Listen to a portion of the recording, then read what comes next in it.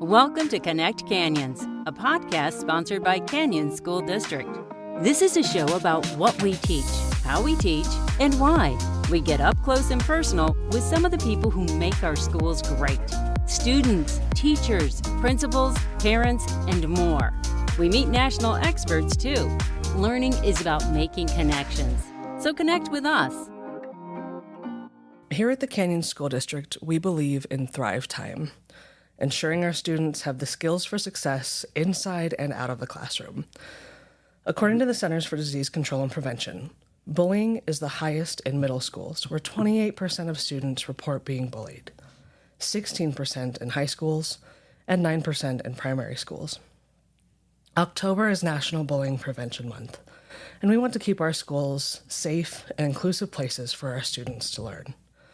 Joining me now is Christine Astle, school counselor at Alta High School. Thank you so much for joining me today. Absolutely. Thank you for having me. I'm excited to be here. This is a very important topic, obviously. It is, and we're glad that we're recognizing it this month, but it's something we need to recognize every day of the year, right? Absolutely. So let's start at the beginning. Let's outline what bullying means, because there is a difference between simply being mean or rude, right, and actually being bullied. Right.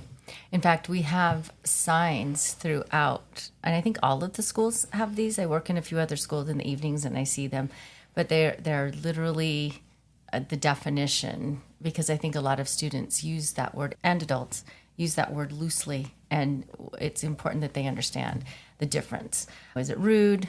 Is it mean, or is it bullying? And rude is when we say, someone is inadvertently saying or doing something that hurts someone else.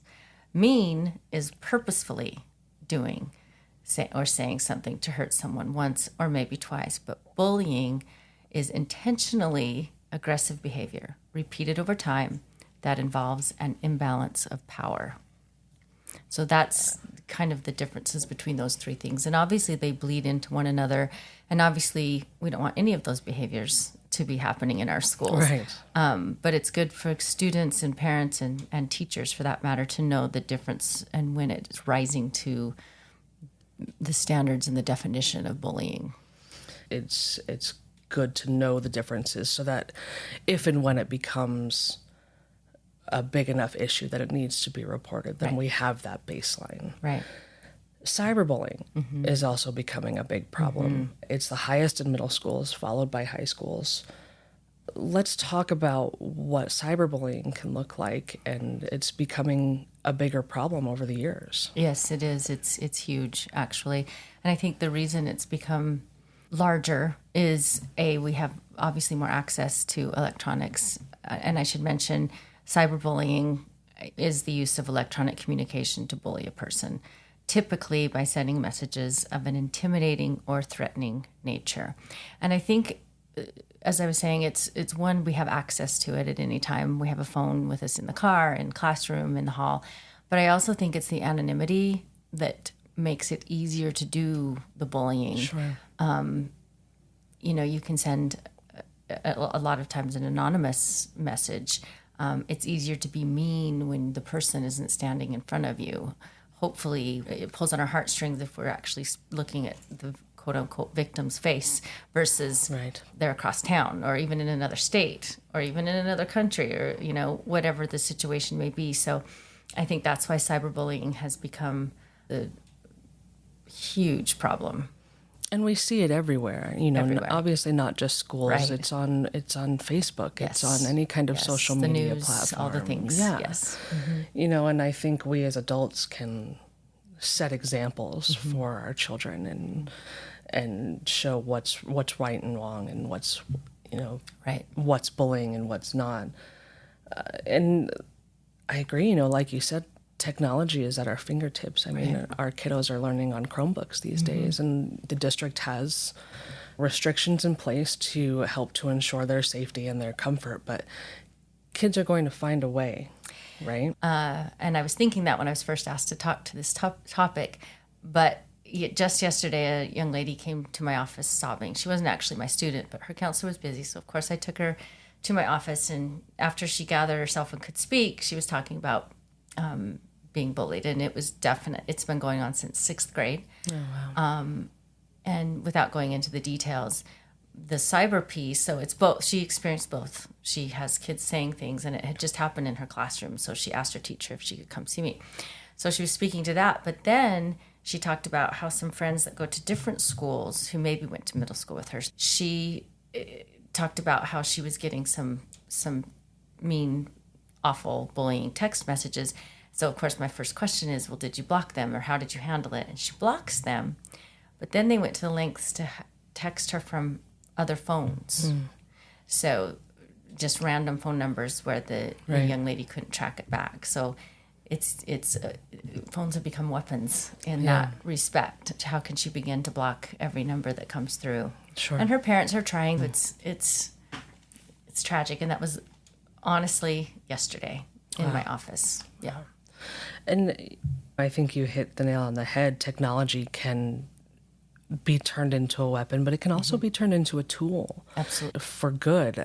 Along with the restrictions and things that the district has in place, we also have our family center, our wellness services. Safe UT. Yes, Safe UT. These wonderful tools that we can use to help one another in that aspect. Yes, and they're great. We use Safe UT is a fantastic app and it's used for lots of things, but on this topic, we get a lot of tips about bullying, actually. And we just had our PCCRs, which Plan for College and Career Readiness meetings with our seniors. We do them with everybody in the school, but we just finished our seniors, and every time we have a slide about Safe UT and remind them if they see something, say something. So yes, it can be used absolutely for reporting, and it's anonymous, and that's probably for a whole other conversation, whole other podcast. We could, yes. Yeah. But, for anyone can report anything. Yeah. Parents can report. Teachers, students who don't want their names to be linked at all. And I've known it's used in a lot of ways. The victim themselves, or even the bullies. Or friends of the bullies. I've seen after the story has come out, and we were trying to kind of come full circle and come to the root of the issue. Eventually, we'll find out they were maybe the ones who reported it themselves, or a friend of the bully, I should say. So it's used for a lot of things that are very, very, very good. It's a wonderful tool, Safe UT in particular, and it's free to download. Like you said, Just you go can to be your app anonymous. store. Yes. Yeah, it's a great asset. And it's a 24-hour chat. So if Right. you are the victim, I guess that's the appropriate word, you can access someone 24/7 and chat with them and get help for anything. And again, we have our, you're at Alta High School. We have Right. counselors in every single school. We have our wellness center. Right. So there are places people can go regardless of how they're tied to the situation, whether Right. they're the one experiencing bullying or just seeing it happen themselves. Right. I mean, they can walk into the counseling center and say, I just saw this happen. They can go to their administration. If they need help with it, if they're like my student yesterday, they can come to me. They can go to we have 2 social work, our school, but every school has social workers, school psychologists, a police officer. We have a lot of things in place. The problem or the challenge becomes, what I hear a lot of the students say is, I don't want to be a quote unquote snitch. Right. Or I don't want to get them in trouble. The young lady yesterday kept saying, I don't know if I want to tell you the name because I don't want to get him in trouble. And you have to reverse that and say, you're not getting them in trouble, you're helping them, because they're going to get in more trouble if they continue. Right. I mean, it could turn into something else. And this one was a little easier to handle because I just called the young man out of class too, and we had a talk, all 3 of us together. And it was great because she had a voice. I was there to kind of mediate and to keep it on track. And she felt better. He felt better. He was sorry. He thought, and I won't go and get into the weeds on that. But thank goodness she came to us. But it could be a teacher. It can be a parent. It can be, anyone at the given time that they think that is someone that can help. But the schools are certainly staffed for this specific thing. And we want to foster that feeling of trust Absolutely. and safety. I think, like you said, maybe they're not used to coming to their school counselor Right. or the social workers, but maybe they have a favorite teacher Absolutely. that they're Yes. close to. Yeah. Anything to get the ball Right. rolling. And as at it were. Alta, we have something somewhat unique that we've had for, I don't know, 10 years or so. It's called advisory. And because they see their teacher every other day for 90 minutes. But with advisory, it's 30 minutes every single day with the same teacher all 4 years. Same group of Wow. kids, same teacher all 4 years. And the point is to have kind of a small community inside the 2,300 student community of Alta. Yeah. So it's a great time for a teacher to look for the signs and to the teacher to build relationships with them every single day. Elementary, that's built in Yeah. a little more, and it just starts to get harder and harder as they progress through secondary education. So advisory does help a lot with that. We often have the advisory teacher come to us first and say, I'm seeing this. Because when you're teaching math or science or English, it becomes more tricky. They still are fantastic and still see signs and bring things to us or see issues. But advisory is great for that too. Yeah. It's like a family. And I do want to circle back to those signs and things, but one of the biggest groups who are on the receiving end of bullying the most are students who are members of the LGBTQ plus community. Talk to inclusivity and empathy and why that's such a big step in preventing bullying. It's so huge. And that has it seems to have in the last 2 or 3 years, in fact, maybe 5, gotten a little bit more intense, for lack of a better term. So counselors have really noticed the uptick in issues in this area and just in general. And so it starts to feel like a losing battle. What can we do? We feel helpless at times. So we have to control what we can. Yeah. And we focus on the things that we think might help. So a few years ago, we put together a lesson on empathy. And we went to every single advisory class. That's oftentimes what the advisory class is used for. It's 35 minutes. And we did a lesson on empathy and explaining to students how important it is and how much we would appreciate it if others do it for us, of putting yourself in someone else's shoes, and what it might feel like to be on the other side of the bullying or the just mistreatment or anything for that matter. It goes in general, even for the adults in the building, to stop and think, well, what's it like to be that person? What would I feel like in that situation? And I the counselors and myself in general, I've tried to think about this in life always now. But once we started that lesson, we really felt a difference in the kids in that moment. And it's something that we try to emphasize because once everyone humans are the same when it comes to emotions. Other things get in the way of how we express those things and how we handle our emotions. But so to get on that level, that playing field, we showed a video and it was just silent in the room after. And Wow. I could talk about that another time, but it was very impactful. The problem is then you go along and go about your day and people forget. And there's a lot of things that go into why people bully, of course, that need to be addressed. But if we can stop and take a beat and a breath and think, okay, how would I feel? Yeah. And so that's how Alta's counseling team has addressed it. And I think that's how everyone should be addressing everything for that matter. But it was good. And our LGBTQ kids, we have a fantastic club at Alta that, is a safe place and a safe haven for those kids. And it's very important. And we do have a fantastic leader of that group, and kids feel safe. Yeah. We hope. That's our goal. And obviously for the counselors too. But Well, and we all come from such different backgrounds, regardless of whether it's race, whether it's gender, whether it's your belief system, or simply where you grew up. Right. And it's important to take a step back and say, hey, not everyone is on the same path I am or had the same experience that I have had. and we all have a story. Yeah. And we all have something we're fighting in our own heads. And it may not look like it, but everyone has something that they're struggling with all the time. Absolutely. And everyone has also been the recipient or been the person that feels different. Everyone at some point in their life, being the new kid in the class, making a move to another state, school, not being the same, like you were saying, color, religion, whatever it might be. Yeah.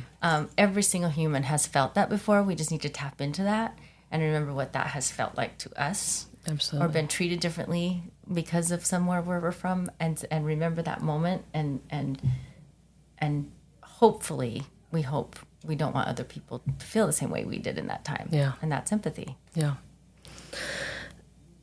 And, bullying has more consequences than just potentially hurting someone's feelings, Right. or, even hurting them physically.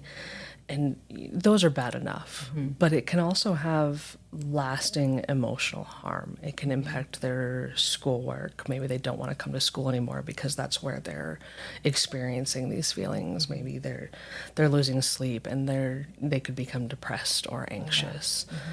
Yes. In people. Mm-hmm. Talk to that emotional and psychological impact. That's why you're doing this podcast, is we're trying to do something to fix that. But it makes sense in that if we really dig deep, that person is feeling like they don't belong.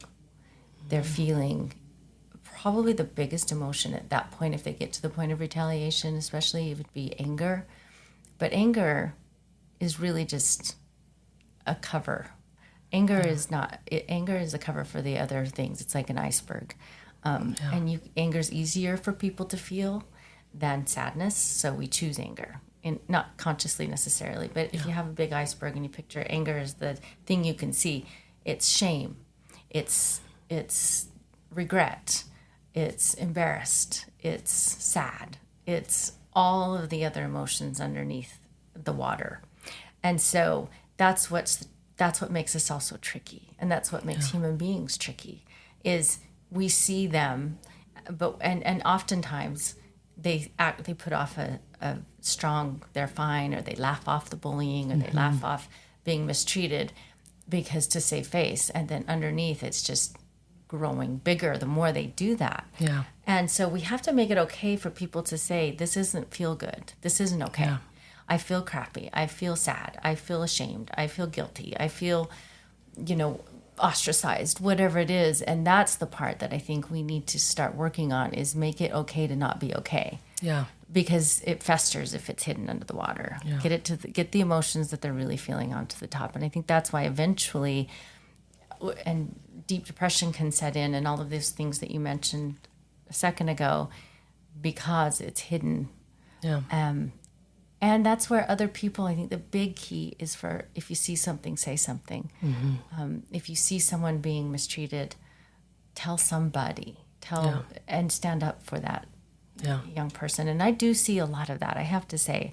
I see a lot of students standing up for other students, and I see a lot of students reaching out to students who are eating alone or in class alone, and I kind of get the goosebumps and almost even choked up, and that sounds so cheesy. But when I think about those kids that I have seen over the years, I mean, I've been a counselor for 20 years, so I've seen a lot of really fantastic things. We just need more of that. We do have so many good students at Alta and in the district. It's just that those few, so we just ask for more of that. Yeah. Those kids who are supporting others to keep doing it, and don't think, am I over doing this? I'm making this a bigger deal, but if your gut says that's wrong, it probably is. Yeah. And it doesn't hurt to say something. It doesn't hurt to report it on Safe UT, and no one will ever even know. Or talk to your counselor or all your teacher. Things that we mentioned earlier. Yeah. Right. Let's lean into that a little bit. One of the things we're highlighting at the district this month is we're calling it the 3 R's, and recognizing, responding, and respecting when it comes to bullying. So how can students help other students if they, see something, say something, but it goes deeper than that? Yeah. Preventative, if before it gets to someone being mistreated, notice that kid sitting alone. Notice that kid who looks sad, and just say, hey, are you okay? Or just be more inclusive. If someone looks like they don't have a group in class, make sure they join your group without hesitation. Just think about how you would feel if you were the one, back to empathy, and preventative in nature instead of recognizing oh that no, moment. they're being mistreated. Try to get there before it gets to that point with someone. And when it does get to that point, responding to that mistreatment. What would your Standing advice up be? for them in that moment, you know, if they're bold enough. Some of us don't have that strength, but if courage, it takes a lot of courage to say, hey, that wasn't okay what I just saw, Yeah. to the bully or to the person that's doing the mistreating. That's not okay. Either that, or once it's kind of calmed down, you can take that other person aside and say, are you okay? You know, make sure they know someone's on their side. Yeah.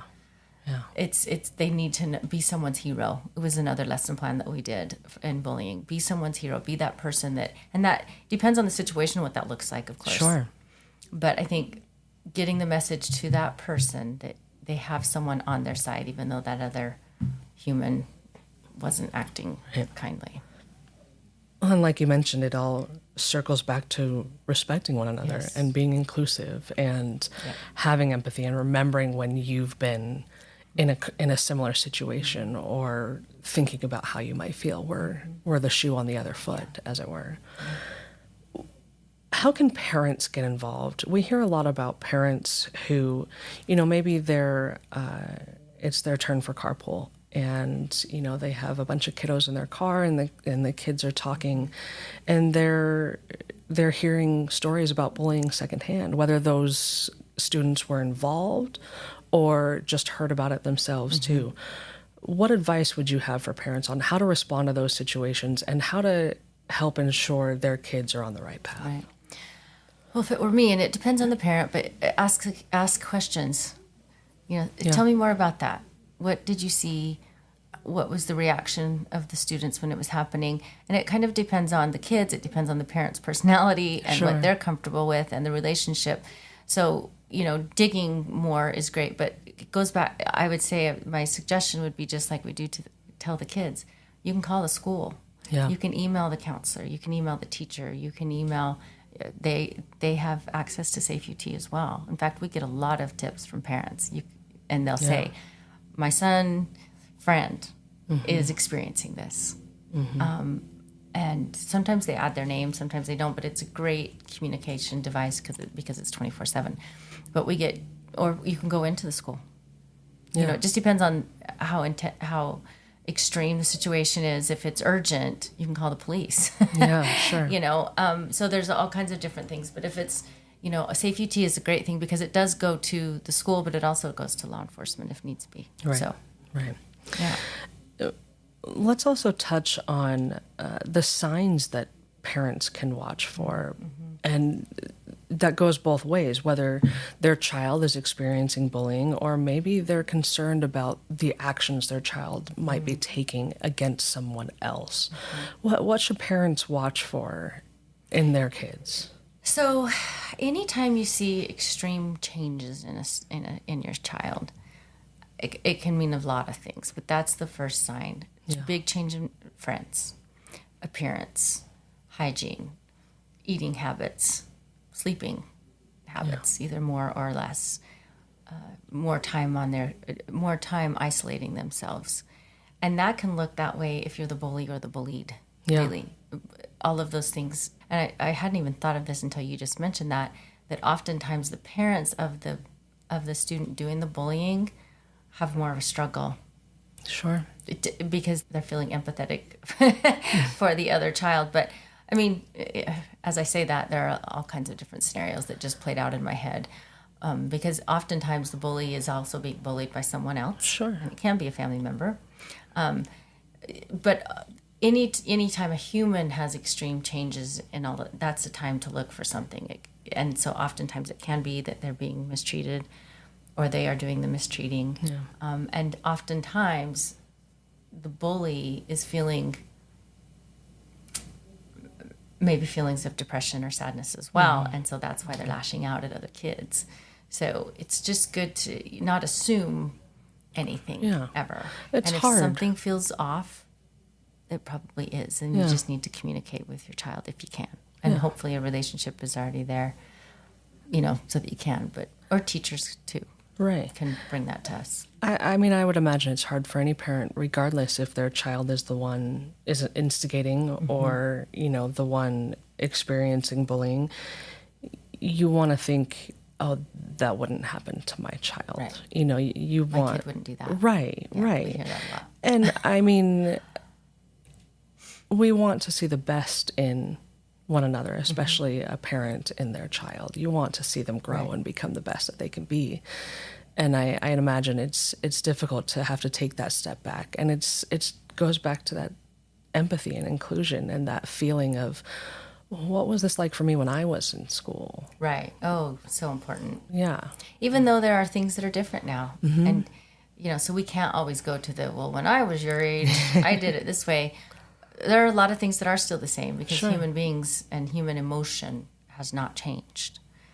It's obviously technology that is changed. And we need to understand that as the older people and say, yes, but you're right. I don't understand what it's like to be cyberbullied. I never experienced that when I was 13. Explain it to me, please. Yes. People, especially students, because they feel like they're never heard. Humans just want to be heard. Yeah. Sometimes that's all it takes. Just showing them that you care. Yes, just listening to your student, just listening to your child is quite underrated, the impact that can have. You were mentioning how you've seen some incredible students step up in a moment of need or see somebody sitting alone at the lunch table and say, hey, why don't you come join us? And praising those moments. Right. And telling, as a teacher, as a parent, telling that student or child, I'm really proud of you for doing that. Oh, positive reinforcement. Yes. Best way to get anyone to continue with behavior, period. Yeah. Recognizing those bright moments. Absolutely. Yeah. Christine, I want to thank you for sitting down with us. It's a topic, again, we wish we didn't have to discuss, but I think you've shared some great reminders of how we all need to take a step back and pause and think before we speak and act and remember to be empathetic and inclusive and, recognizing the signs, how to respond to those signs. I think you've given us some great advice. Thank you very much. Absolutely, my pleasure. Great. Thanks for having me. And thank you for listening to Connect Canyons. If there's a topic you'd like to hear discussed on the podcast, send us an email to communications@canyonsdistrict.org. Thanks for listening to this episode of Connect Canyons. Connect with us on Twitter, Facebook, or Instagram @Canyons District, or on our website, canyonsdistrict.org.